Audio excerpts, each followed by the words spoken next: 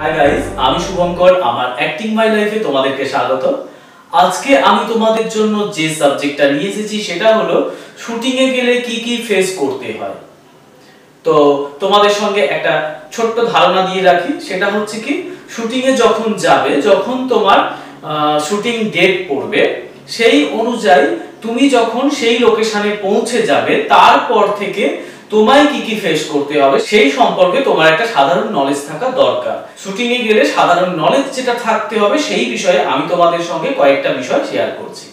যেমন প্রথম যখন তোমার ডেট পড়বে, সেই ডেটটাকে সঠিকভাবে মেইনটেইন করো। ডেট যেন কখনো ভুলে যেও না, ডেট কখনো যেন মিস্টেক না হয়।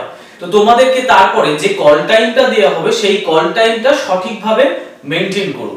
যে টাইমটা দেবে সেই টাইমের মধ্যেই কিন্তু তোমরা শেডের মধ্যে পৌঁছানোর চেষ্টা করো।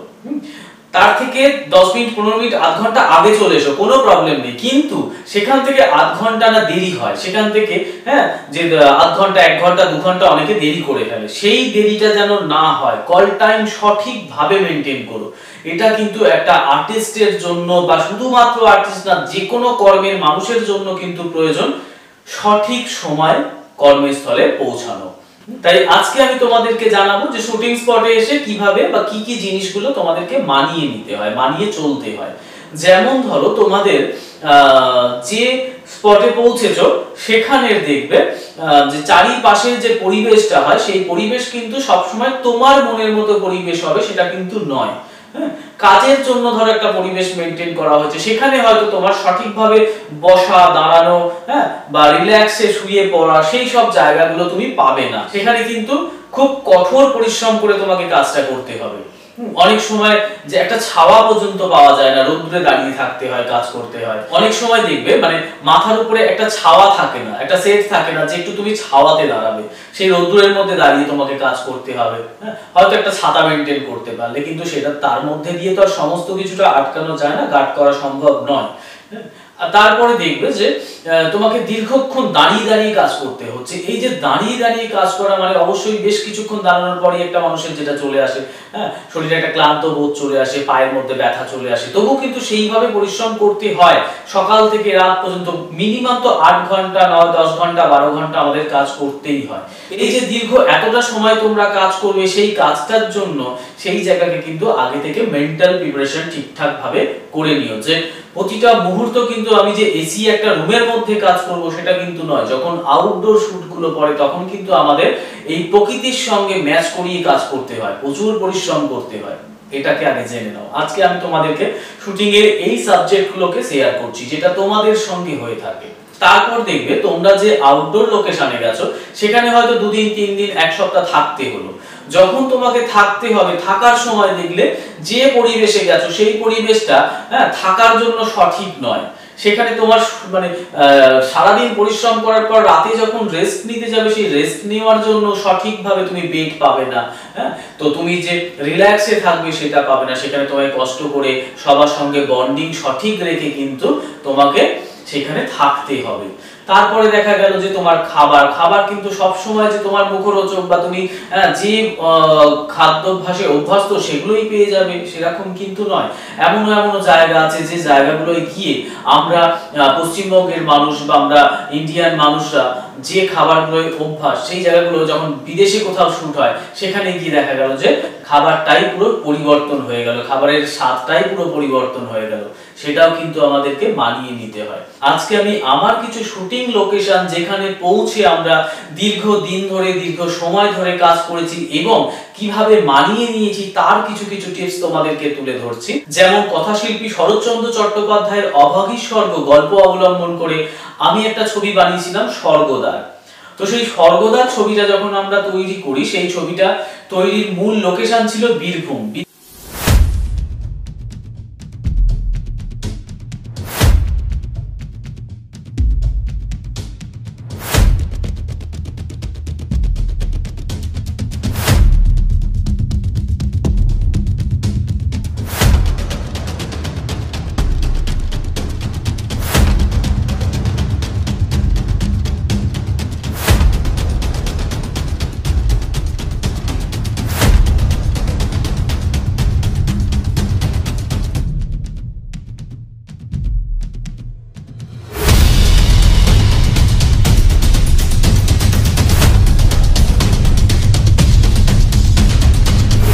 বীরভূমের সিউড়ির বেহিরা বলে একটা গ্রাম ছিল, সেই গ্রামের মধ্যে, সেই গ্রামটা ছিল অসাধারণ একটা সুন্দর গ্রাম। সেই গ্রামটার দুই দিকে ছিল দুই নদী, একদিকে কানাই নদী আর একদিকে ময়ূরাক্ষী নদী। সেই নদীর মাঝখানে একটা ছোট দ্বীপ টাইপের একটা জায়গা, একটা গ্রাম। সেই গ্রামের মধ্যে আমরা পৌঁছাই আমাদের টোটাল টিম নিয়ে। তো যখন আমরা সেখানে পৌঁছাই, সেখানে কোনো পাকা বাড়ি নেই, সেখানে সব ওই হোগলা পাতা দিয়ে বাড়ি তৈরি করা। আর যারা একটু স্ট্যান্ডার্ড সেখানে তাদের হচ্ছে মাটির বাড়ি, মাটির দোতলাও সেখানে আমরা দেখেছি। সেখানে একমাত্র পাকা বাড়ি বলতে আমরা একটা স্কুল পাই। তো স্কুলটা একমাত্র ইট বালি সিমেন্ট দিয়ে তৈরি ছিল। বাকি যত যা লোকেশন, বাকি যত ঘর বাড়ি ছিল সবই কিন্তু ওই হোগলা পাতা, খড়ের ছাউনি, টালির ছাউনি আর ওই মাটির বাড়ি। তো এই পরিবেশে আমরা পৌঁছানোর পরে আমরা সেই স্কুলে একটা জায়গা করে নিতে পেরেছিলাম। স্কুলে আমাদের এই 20টা মানুষের থাকার ব্যবস্থা করেছিলাম। একটা সপ্তাহ কিন্তু আমরা ওখানে কাজ করেছিলাম। সেই স্কুলে যখন কাজ করি আমরা, সেখানে কিন্তু যে রুমগুলো, সেই রুমগুলোর মধ্যে আমাদেরকে কিন্তু মেঝেতে বিছানা করে থাকতে হয়েছিল। সেক্ষেত্রে আজকে কিন্তু সব মানুষ তো আর মেঝেতে শুয়ে অভ্যস্ত না, যে যার বাড়িতে এসিতে শুয়ে অভ্যস্ত, ভালো সুন্দর একটা বেডের মধ্যে তারা ঘুমিয়ে অভ্যস্ত। কিন্তু যখন কাজ করার জন্য পৌঁছাতে হয়, সেখানে মাথায় একটা বালিশ জোটে না, নিচে থাকার একটা নিচে পাতার জন্য একটা শতরঞ্চি বা মাদুর জোটে না। সেই রকম জায়গায় গিয়ে কিন্তু আমাদের কাজ করতে হয় বা করতে হয়েছে। সেখানে যে গিয়ে আমরা হায়ার করে নেবো সেরকমও জায়গা নেই, ওখানে সেই জিনিসগুলোই পাওয়া যায় না। তাই কি করতে হবে, আমাদেরকে ওই সমস্ত জিনিসগুলোকে মানিয়ে নিতে হবে, মানিয়ে নিয়ে কিন্তু কাজ করতে হবে। তো আমি আমার টিমকে বলবো যে তারা ভীষণ পরিশ্রম করে কাজ করেছিল, তাই আজকে স্বর্গদ্বারের মতো একটা ছবি কিন্তু তারা উপহার দিতে পেরেছিল দর্শকদেরকে। আজকে সেই ছবিটা কিন্তু প্রচুর ভিউয়ার্স পেয়েছে এবং প্রচুর মানুষের কাছে কিন্তু স্বপ্নের ছবি হয়ে গেছে সেটা। এবং সেই ছবিতে কাজ করেছিলেন আমাদের হাসির রাজা চিন্ময় রায়। চিন্ময় রায়ও উনি এই ছবিতে কাজ করেছিলেন এবং এই ছবি সম্পর্কে উনি যেটা বলেছিলেন, উনিও ভীষণ মজা পেয়েছিলেন একটা জমিদারের ভূমিকায় অভিনয় করে। তো যাই হোক, আজকে আমরা আমাদের চিন্ময় স্যারকে হারিয়ে ফেলেছি, আমাদের মধ্যে আর নেই। তো সেটা তোমরা সবাই জানো। তো আমি ভীষণ মনের দিক থেকে খুব খুশি হয়েছিলাম চিন্ময় স্যারের সঙ্গে কাজ করে। যাই হোক, এবার আমি যে বিষয়টা বলছি সেটা হচ্ছে কি, তোমাদের এই যে শুটিং স্পটে গিয়ে আমাদের কি করতে হয়, এই রকম নানান কিছু জিনিসকে কিন্তু আমাদের মেনে নিতে হয়। সঠিকভাবে আমরা খাবার পাই না, সঠিকভাবে সেখানে জল পাই না, বসার জায়গা পাই না, শোয়ার জায়গা পাই না, সেই জায়গাগুলো মেনে নিতে হয়। আরো একটি লোকেশনে আমরা কাজ করেছিলাম, সেটা হচ্ছে বিহারের শিমুলতলা স্টেশন বলে একটি লোকেশন। সেখানে দ্য মার্কস বলে একটা ছবি আমরা কাজ করেছিলাম।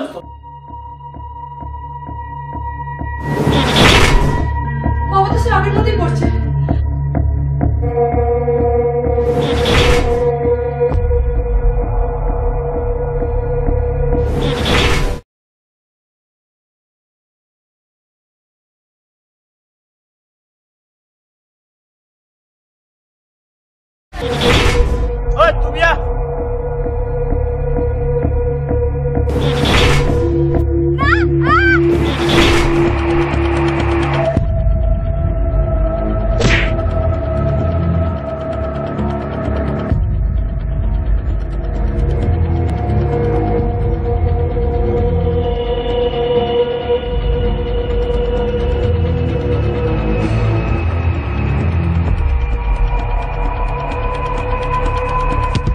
ওখানে যে সমস্ত বাংলোগুলো আছে, বাগান বাড়ি যেগুলোকে বলা হয়, আগেকার দিনের জমিদার নবাবরা সব ওই সমস্ত জায়গাগুলোয় তারা বাংলো বানিয়ে রাখতেন, বাগান বাড়ি বানিয়ে রাখতেন হাওয়া বদলের জন্য। কিছুদিনের জন্য সেখানে গিয়ে নিজের মেন্টাল ফ্রেশ করে আসতো। সেখানে গেলে সত্যি তাই ভীষণ ভালো লাগবে, এত সুন্দর একটা লোকেশন, নির্মল একটা পরিবেশ। তাই কিন্তু মানুষ ওখানে হাওয়া বদলের জন্য যেতেন। সেখানে খিদে সুন্দর হয়, ঘুম সুন্দর হয়। আর সেখানে যেটা সব থেকে বড় বিষয়, যেটা আমরা ফেস করেছিলাম, সেটা হলো যে ওখানের জল হচ্ছে, ওখানে কিন্তু কোনো টিউবওয়েল বা কোনো এই যে ফিল্টার যে সমস্ত জল কিচ্ছু পাওয়া যায় না। ওখানে সমস্ত মানুষরা ইদারার জল খায়। মানে যেটা আমরা সাধারণত কুয়ো বলে থাকি, ওখানে পাথরের তৈরি যেগুলো, সেগুলোকে ইদারা বলা হয়। তো ইদারার জল খায় ওখানের মানুষ। তো আমরা যখন যে বাগান বাড়িটা সিলেক্ট করলাম আমাদের শুটের জন্য, সেখানে পৌঁছে যে ইদারাটা দেখলাম উপরে নোংরা নোংরা সব ভাসছে, অনেকদিন সেই ঘরটায় কেউ যায়নি। তো ইদারার জলের উপরে একটা স্তর পড়ে গেছে, কিছু দেখলাম নোংরা পোকামাকড় ভাসছে, হ্যাঁ, তো আমরা গিয়ে যখন দেখলাম ওই জলটাকে, দেখার পরই তো আমাদের সবার হয়ে গেল মানে ওই জলটা খেতে হবে আমাদেরকে। তো সত্যি তাই, আমার যে টিম ছিল, টিমের প্রতিটা আর্টিস্টের মুখ দেখেই তো বোঝা গেল যে তারা প্রথমেই তাদের এক্সপ্রেশন একেবারে ডাউন হয়ে গেছে, কেন না ওই জলটাকে দেখে। কিছু কিছু মানুষ যেটুকু জল সঞ্চয় করে নিয়ে গেছিল, হ্যাঁ, কেউ কেউ বললো এটুকুতে চালিয়ে নেবো, কিন্তু চালিয়ে নেবো মানে একটা দিন চালানো যায়, হ্যাঁ, আধখানা দিন চালানো যায়, কিন্তু 4-5টা দিন চালানো যায় না। তো তারপরে তো ওখানে যে কেয়ারটেকার ছিলেন তিনি ওই বললেন কোনো ভয় নেই বাবু, ওই জলটা পুকুরের জলটা তুলে ফেলে দিলে একদম পরিষ্কার জল, একদম এই জল খেলে কোনো ক্ষতি হয় না। তো আমি নিজেও, আমারও নিজের একটা মানে ভক্তি হচ্ছিল না জলটা দেখে। তো তারপরে যখন ওই জলটা তুলতে শুরু করলো, প্রথম দিন এরকম ব্যাপারটা থাকলেও সেকেন্ড দিন থেকে সবাই কিন্তু ওই জলটাই খেতে শুরু করলো, কিছু করার নেই, জলটা খেতেই হবে। এবং জলটা যখন তুলতে শুরু করতো, জলটা একদম কাঁচের মতো স্বচ্ছ জল, পরিষ্কার চকচকে জল। আর জলটার সব থেকে বড় গুণ হচ্ছে জলটা পান করলেই তোমার অটোমেটিকই শরীরের মধ্যে একটা জোশ চলে আসে এবং খিদে আসে। তো এটাই হচ্ছে ওখানে জলের একটা গুরুত্ব থাকে। অনেক মানুষ ওখানে হাওয়া বদল করতে যায় এবং ওখানে জল পান করতে যায়, যাতে আমাদের পেট, শরীর, মন সমস্ত কিছুটা ভালো থাকে। যাই হোক, তো সেই রকম লোকেশনে গিয়ে আমাদেরকে মানিয়ে নিতে হয়েছে। একটা ভৌতিক বাড়িগুলো যেখানে থাকে, সেখানে এই রকম বাড়িতে গিয়ে আমাদের রাত কাটাতে হয়, হ্যাঁ, একটা গা ছমছমে ব্যাপার, সেই জায়গাতে আমাদেরকে কিন্তু মানিয়ে নিতে হয়। আমার নিউ স্টার এন্টারটেইনমেন্ট প্রোডাকশন হাউসের আরো একটি সিরিয়ালের কাজ তোমায় হৃদ মাঝারে রাখবো বলে একটি সিরিয়াল এসেছিল, যে সিরিয়ালটা শুট হয়েছিল আরামবাগে।